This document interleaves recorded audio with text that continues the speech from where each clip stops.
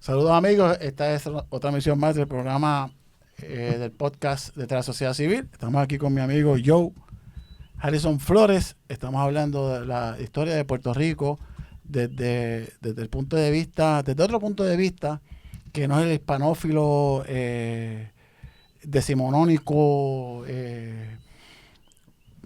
donde nos quieren pintar que, no sé, que este pasado romántico que existió en la poesía de Corregel, ¿verdad? Pero que en la vida real no ocurría.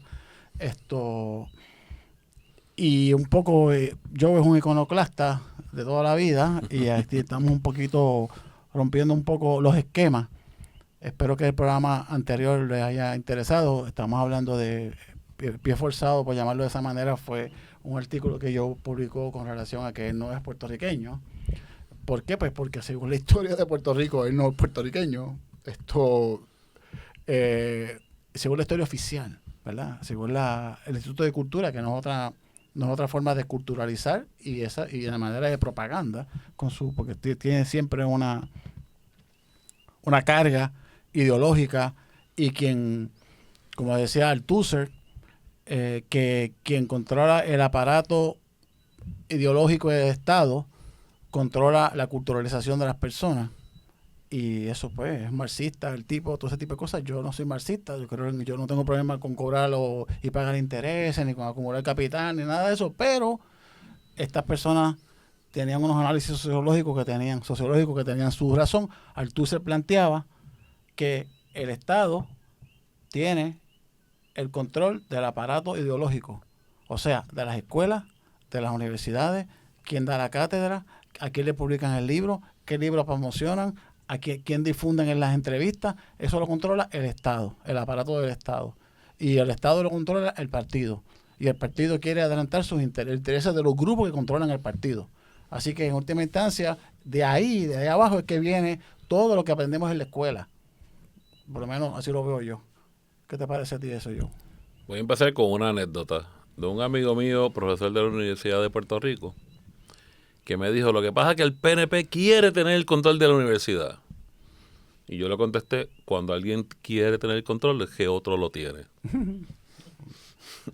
Por lo tanto, cuando tú empiezas con ese camino específicamente, que te empiezas a nivel de eso y tú desmontas a la gente. Y el control lo has tenido, y cuando tú controlas la estructura educativa en el país, controlas lo que la gente va a leer, lo que la gente entiendes que va a pensar en algún momento, y los vas llevando a través de ese sendero, particularmente donde tú entiendes, construye lo que es el aparato, el aparato educativo construye a esos puertorriqueños a que piensen de cierta manera. Es complejo la situación en Puerto Rico, porque yo comparto con muchos historiadores ahora, los cuales respeto, me respetan, y estoy planteando, cuando yo hablo, no hablo generalmente, no estoy aplicando la regla a todo el mundo, hay ciertos historiadores que han dominado ese esquema de ser hispanófilo, pero hay muchos historiadores sencillamente que tienen unas visiones completamente distintas, coinciden con uno, siendo de izquierda o siendo de derecha, no necesariamente tiene que ver con un tema o con otro. Pero fíjate, yo, ya que estamos hablando de eso, vamos a hablar de la Carta Autonómica, como quedamos, como nos prometí la pasada semana, pero quiero hablar del concepto este. Quiero que ustedes sepan que Joe se ha metido al cuerpo de manera gratuita porque quiere hacerlo, por eso lo hace feliz. El digitalizar y hacer de una manera, el concepto es democratizar la información, que lo dijo aquí fuera del aire. Los archivos del Archivo General de Puerto Rico, y usted lo escanea, le mete una palabra, un query, y consigue la información. No tiene que estar leyendo 500 páginas para conseguir una cucarachita de un parrafito que quiere conseguir. Y esa gestión de democratizar la información, esa gestión de escanear, de usar la tecnología, le dije que yo era el mismo de siempre. Pues eso se parece mucho al Joe que se inventó el jueguito de electrónico allá en 1980 o el 81. Pues en esa misma línea, le ha dado con hacer cuéntanos ese proyecto, yo. Mira, el proyecto se llama el Archivo Digital Nacional de Puerto Rico. Y las siglas son ADNPR. Con toda la intención, gracias a mi amigo Néstor Barreto, quien dijo, oye, vamos a llevar lo que tenga un significado dual. Y ese proyecto busca, como tú bien dijiste, la democratización. No, lo diste tú. Yo te estoy sí, no, pero como tú la democratización y el hacer disponible los documentos de la historia de nuestro país para el que quiere estudiar lo que quiere estudiar, vea la fuente en su origen. ¿Por qué? Pues cuando yo retomé la historia en un momento particular, después, y tú hablas de los videojuegos, ya hace un tiempito atrás, fue como para el año 2000, fue el año 2012, 2013, me invitan a una hacienda en Lares, la hacienda Lealtad en Lares, y me hacen todo este cuento de lo que había ocurrido en el Grito de Lares, y yo llego sorprendido, mira, la chispita me cayó, y yo voy a mi biblioteca. Yo tenía una casa llena de libros, ya la casa ahora es digital, ya cargo con mi biblioteca ahora conmigo, y pego a buscar en todos los libros la historia que me habían dicho que el Grito de Lares fue un grupo de valientes puertorriqueños que salieron en la noche del 23 de septiembre, tomaron el pueblo de Lares, y que porque un barco que ellos tenían, que estaba en San Tomás con Ramón Emeterio Betances, que tenían los cañones, las armas, los soldados, no había llegado a la isla porque se había confiscado el barco. El Grito fracasa porque no tuvieron el apoyo específicamente de esas armas, esos fusiles.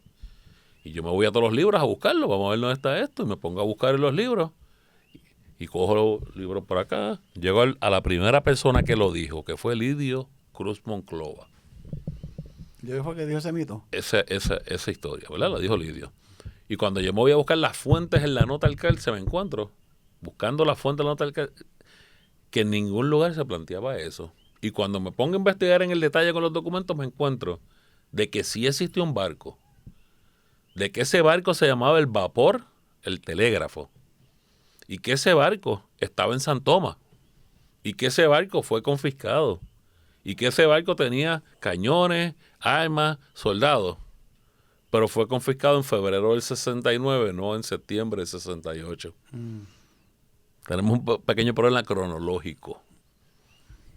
Y en ese problema cronológico, en ese momento, dio pie a que yo dijera, hay que empezar, aunque cada libro que sea escrito en el país y los documentos, empecemos a poner las fuentes originales que tuvieron estos autores para escribir sus libros, para que la gente las pueda ver y pueda verdaderamente validar. Y hay que hacer una revisita de estas fuentes.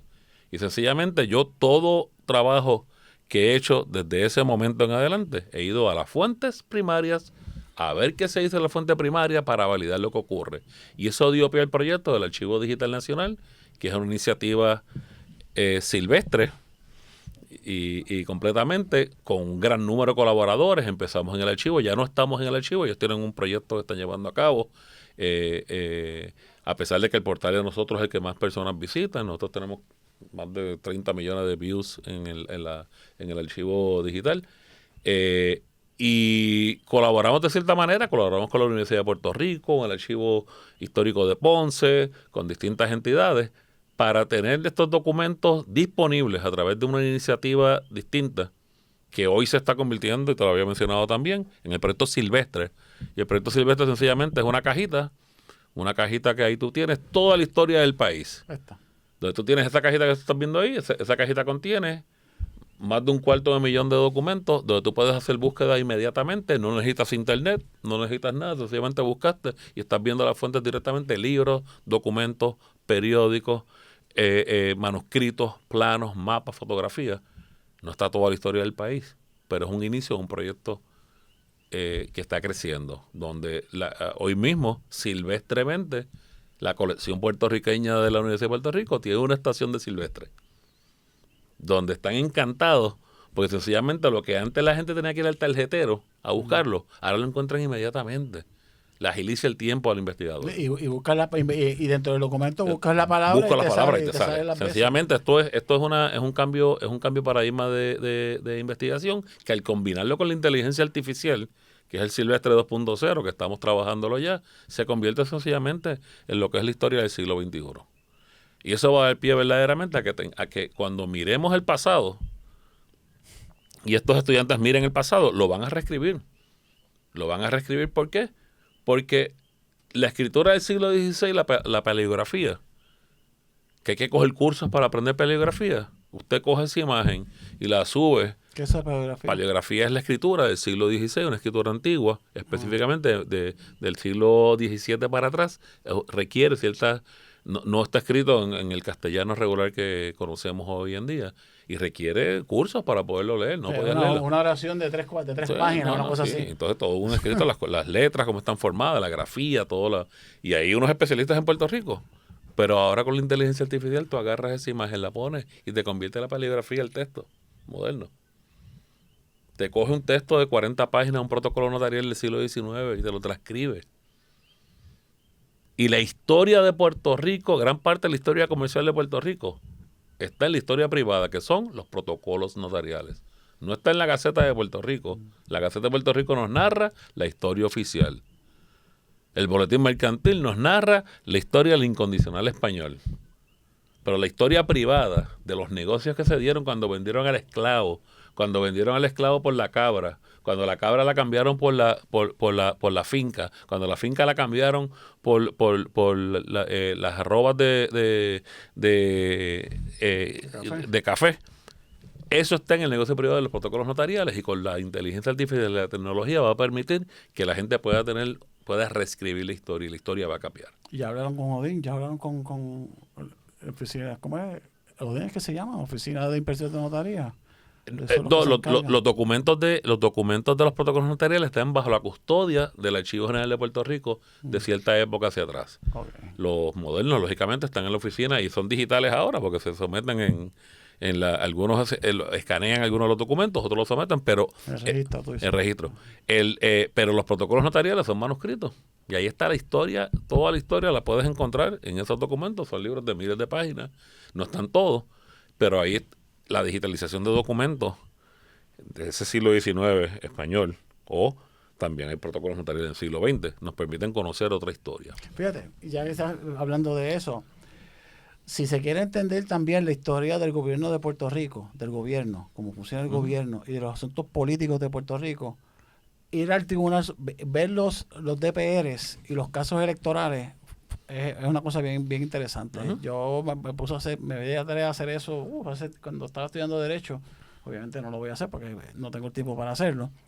Y, por ejemplo, tienes el caso de Saldaña versus Barceló, que es un caso interesantísimo que ocurre entre Martínez Nadal, Saldaña, que era el presidente de la Comisión Estatal de Elecciones de esa época, Barceló, porque Martínez Nadal le robó el nombre al partido. Después que hicieron la alianza, se rompió la alianza, se quedó con el nombre y no lo usaba. Sí, pasó con la bandera también el Partido Nacionalista, el Partido Unión. Entonces, es interesante, si tú quieres entender, porque la jurisprudencia siempre, independientemente de cómo resuelva el tribunal, que muchas veces la carga ideológicamente, siempre la carga ideológicamente, a veces uno está de acuerdo, a veces no. Pero la narración de hechos casi siempre es bastante fidedigna.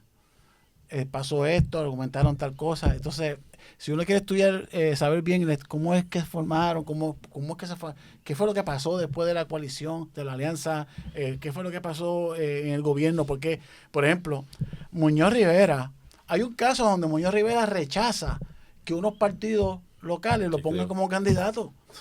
Yo no quiero ser candidato tuyo, porque se podía ser candidato, te podían poner, tú eres candidato mío, no, yo no sé qué ser candidato. ¿Cuál es el discurso cuando estábamos en la Universidad de Puerto Rico? La autonomía universitaria. Eso decían. Pues sí. Vayámonos al récord legislativo. Ajá, ¿qué dice ¿Cuál eso? es ¿Dónde surge la ley de autonomía universitaria? En la cátedra, supongo yo. La cátedra no tiene que ver absolutamente nada. No. Tiene que ver con nombrar los síndicos de la Universidad de Puerto Rico, eso donde el gobernador los nombraba, y Antonio R. Barceló quería nombrarlo. Y fue una controversia donde la primera ley de autonomía universitaria lo que manda es específicamente a quién va a nombrar los síndicos, que le dieron el poder al presidente del Senado. Por lo tanto, si lo trajéramos en el siglo XXI, le correspondía a Tomás Rivera Chávez nombrar los síndicos y no al gobernador.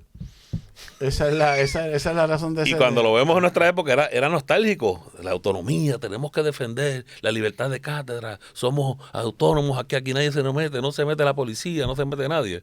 No tiene que ver con nada de eso, tiene que ver con otro elemento. Y está en el récord legislativo. No está necesariamente en la mística o en el romanticismo. El romanticismo. Vamos a hablar, hablando de romanticismo, de esta carta romántica que nos hizo gente. La Carta Autonómica de Puerto Rico, la carta de 1897. Esa carta que luego fue mancillada por el invasor, por la bota del yanqui, como dice aquel, la bota del yanqui. ¿Qué tú nos puedes decir con relación a eso? Aparte hay un libro de una señora que escribió, ¿cómo se llama ella? Hay una historiadora que escribió sobre la Carta Autonómica. Sí, no sé el nombre. Pero la Carta Autonómica de Puerto Rico, vamos a ver el contexto. La Carta Autonómica en Puerto Rico se da como un movimiento completamente político. Hay una guerra de revolución en Cuba, están los rebeldes haciendo de la vida imposible al gobierno español. Quemando cañaveral. Que dañó toda la mitad de la isla. Muñoz Rivera se muerta en su barco específicamente y llega a España y negocia allí con Sagasta específicamente. Traicionando el mandato de los auténticos. Y negocia con Sagasta específicamente para que nos den una autonomía, porque él dice que iba a tener otra Cuba aquí en Puerto Rico. Por lo tanto, Sagasta calcula políticamente y dice, vamos a darlo. Y fue un movimiento equivalente a una orden ejecutiva de un gobernador porque no pasó por la aprobación del cuerpo de diputados de las cortes. Por lo tanto, nos lo dieron convenientemente meses antes de la guerra hispanoamericana, específicamente como una movida política, no tiene que ver con nada, de un acto de bondad del gobierno español porque nos querían tener como ciudadanos españoles. Cuando polarizamos esto en 1917, en marzo del 17, cuando llega la ciudadanía de Puerto Rico, de Estados Unidos a los puertorriqueños, que se nos ha planteado que es para llevarnos como carne de cañón a la Primera Guerra Mundial, los puertorriqueños que se registraron para la Primera Guerra Mundial, aquí en Puerto Rico, no fueron a combate ninguno. Los que murieron en combate vivían en los Estados Unidos. Pero hay trabajos tan recientes como el director del Centro de Estudios Puertorriqueños en Connecticut, Charles Venator, puertorriqueño, o si nos ponemos como mi ensayo, tampoco es puertorriqueño. Charles, un especialista en la ciudadanía a los puertorriqueños, donde él plantea específicamente, rompe con todos los mitos específicamente del tema de la ciudadanía y analiza cada uno de los cambios que impactaron específicamente ese cambio legislativo en los Estados Unidos para la relación con Puerto Rico. Y que él dice, coinciden con eventos de guerra. Coinciden. Pero él plantea que sencillamente son coincidencias, no lo está planteando que hay una intención. El puertorriqueño específicamente, él plantea para la Primera Guerra Mundial que le era inconveniente la ciudadanía a los puertorriqueños porque le tenías que nombrar oficiales, tenías que pagarle más. Por lo tanto, al ejército no le convenía tenerlo. La realidad fue, hubo una ciudadanía en el 17, hubo una gran cantidad de soldados que fueron en ese momento reclutados. En la Segunda Guerra Mundial hubo otro gran momento particular, en la Guerra de Corea, donde verdaderamente los puertorriqueños fueron y formaron parte activamente de una guerra que era ajena al puertorriqueño, pero era ajena también al americano que estaba de Mississippi o al americano de Nueva York, a cualquiera de ellos. A que la desproporción de puertorriqueños en la Guerra de Corea es una. Eso son hechos. Recientemente a mí me enviaron un video de un grupo de jóvenes coreanos que estuvieron en Puerto Rico, sí. No sé si tú lo llegaste a ver, sí, yo lo vi. Donde estaban celebrando, vinieron a reconocer a un veterano de Corea, dándole las gracias, porque gracias a la labor de este veterano y los otros puertorriqueños, ellos tienen un país libre. Eso es el lado, pues mira, el efecto de la guerra, como dije en el programa anterior, es malo para todo el mundo, no hay ninguna guerra bonita.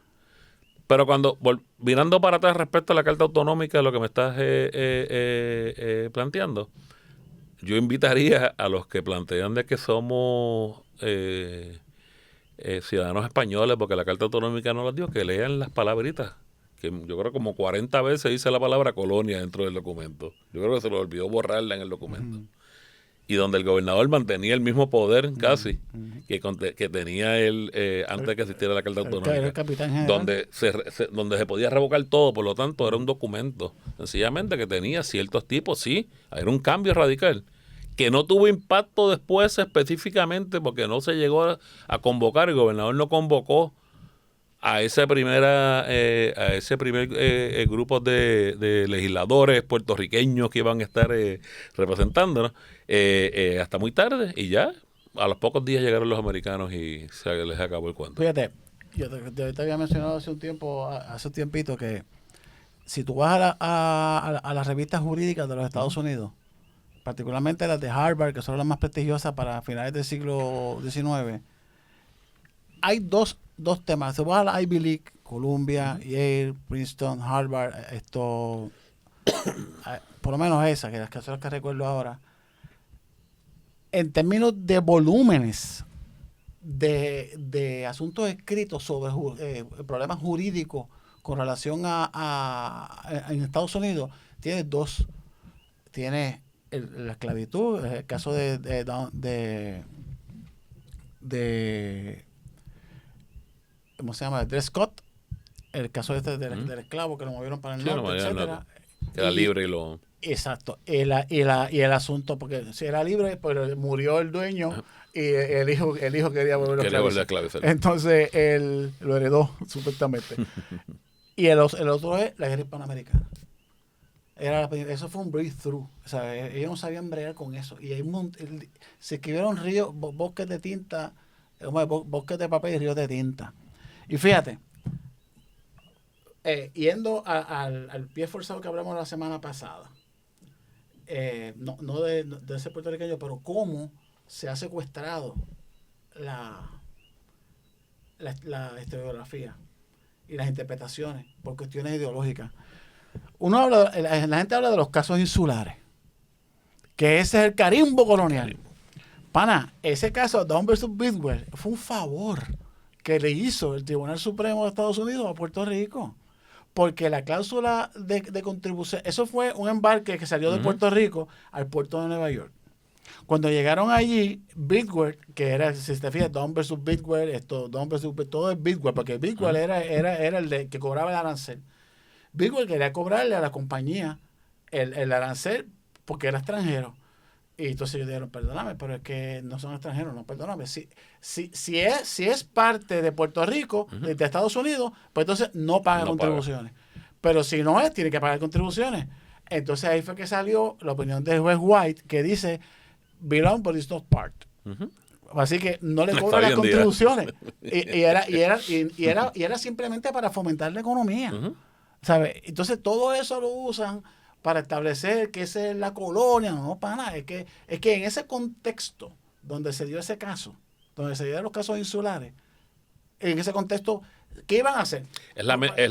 ¿Estrangular el comercio con Estados Unidos? No. Es que las meras menciones de un elemento racista, que hay muchos elementos racistas o de discrimen, los toman sencillamente como la norma.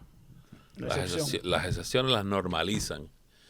Y yo te puedo dar un caso, bien también, otro documento también inédito. Ramón Emeterio Betances. Yo tengo una carta específicamente de Ramón Emeterio Betances que encontré donde nadie había buscado, en correspondencia doméstica. ¿Por qué? Porque Ramón Emeterio Betances no era el cónsul de Puerto Rico, no era el diputado de Puerto Rico, no era el representante de Puerto Rico, era un ciudadano cualquiera.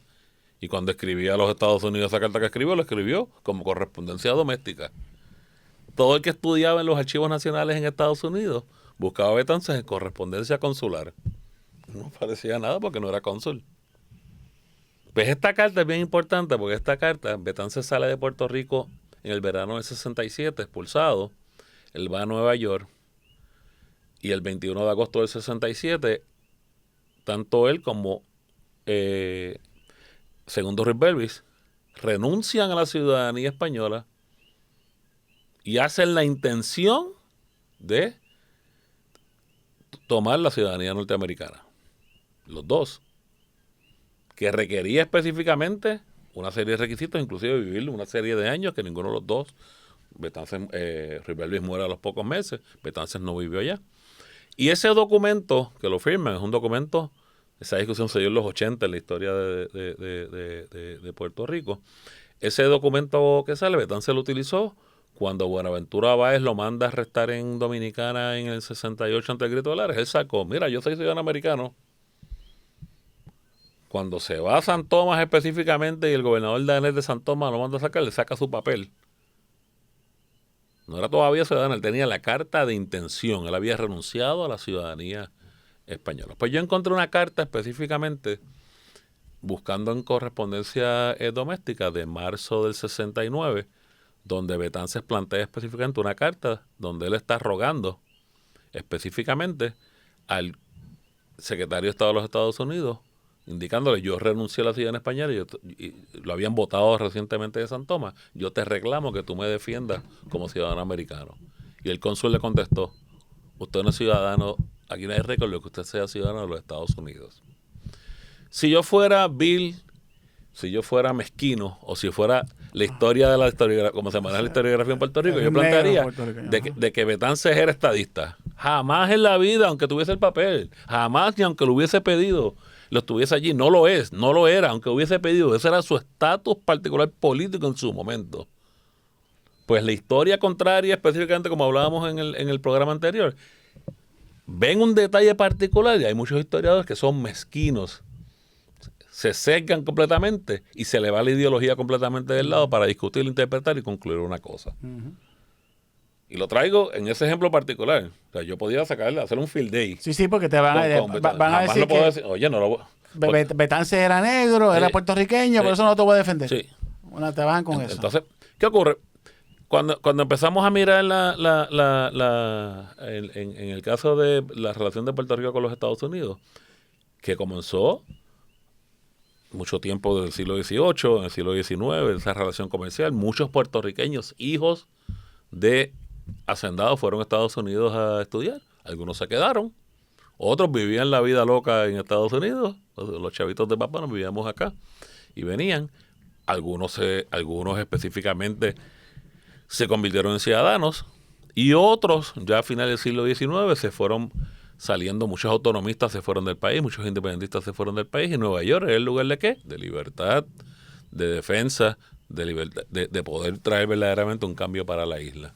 En ese cambio para la isla, en ese choque que se da, particularmente y ahora me meneo a 1895, y volvemos al tema de la raza y de la relación, se forma la sección de Puerto Rico del Partido Revolucionario Cubano.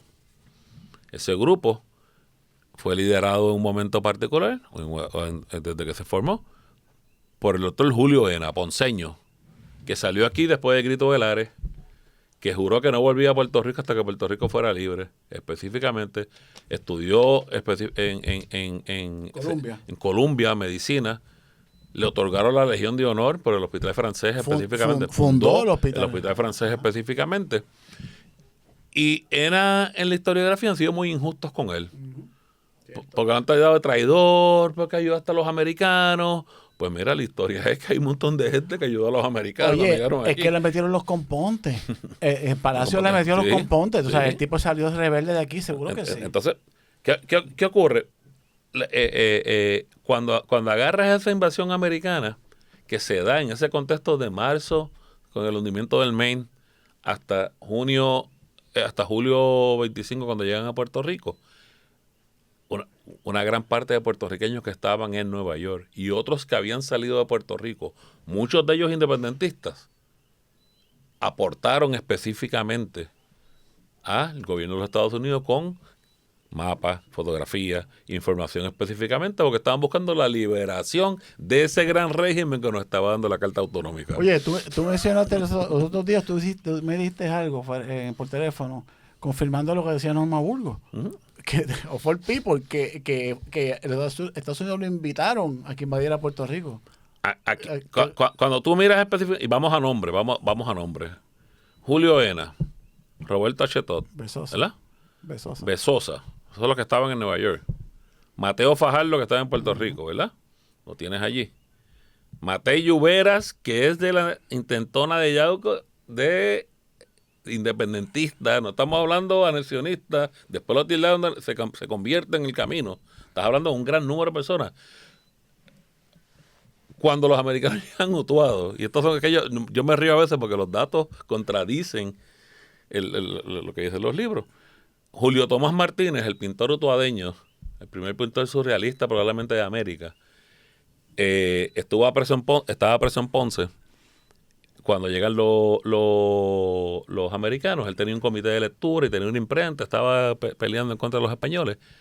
Él fue con los americanos, con la tropa de Stone específicamente, desde Ponce salen, y habían 300 jinetes de utuadeños, de ajuntas, de Lares, acompañando a los americanos.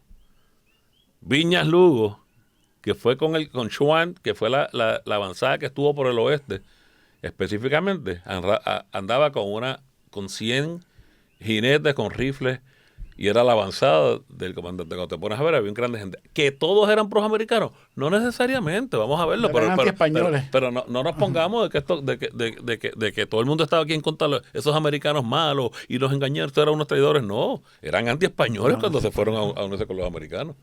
Por lo tanto, no caigamos en una retórica de ese país o ese pasado que no fue, y ese amor fraternal que tiene España por nosotros y nosotros lo tenemos por ellos.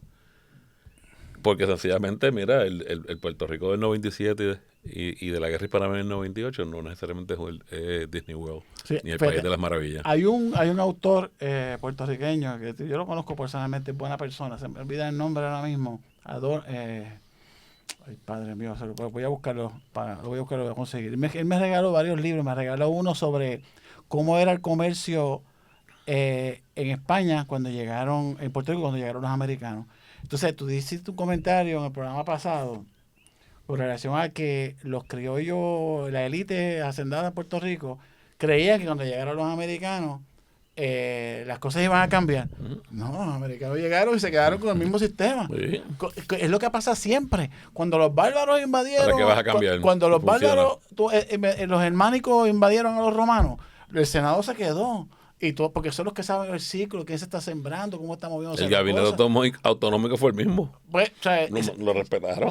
Seguro, y el tribunal también lo respetaron. ¿Entiendes? ¿Por qué? Porque son los que están. No quieres tanto cambio. Ellos se quedaron mordidos, un grupo de rebeldes se quedaron inconformes, mordidos, y de ahí viene el nacionalismo.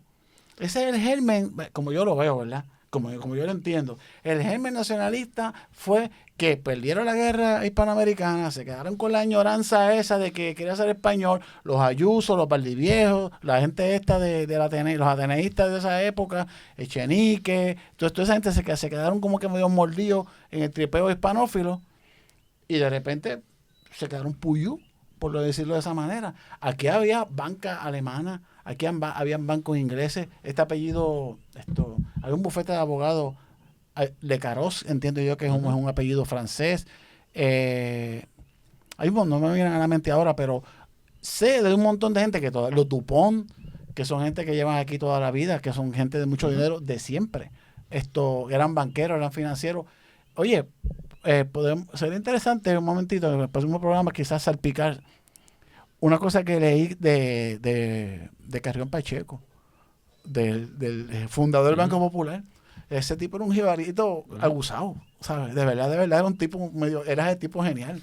Empezó llevando cuentas así, es verdad que siempre se movía en buenos círculos, no estaba arando la tierra, pero el tipo estudió finanzas y montó ese banco. El Banco Popular, que al día de hoy es la compañía con más dinero en Puerto Rico, el Banco Popular. ¿Verdad? Se acabó el programa, amigas y amigos. Espéranos la semana que viene, que vamos a seguir hablando con el iconoclasta Joe Harrison de la historia de Puerto Rico. Bueno, para no ser mezquinos, como la ver, que coincidimos él y yo bastante. Gracias por escucharnos y que Dios bendiga a Puerto Rico.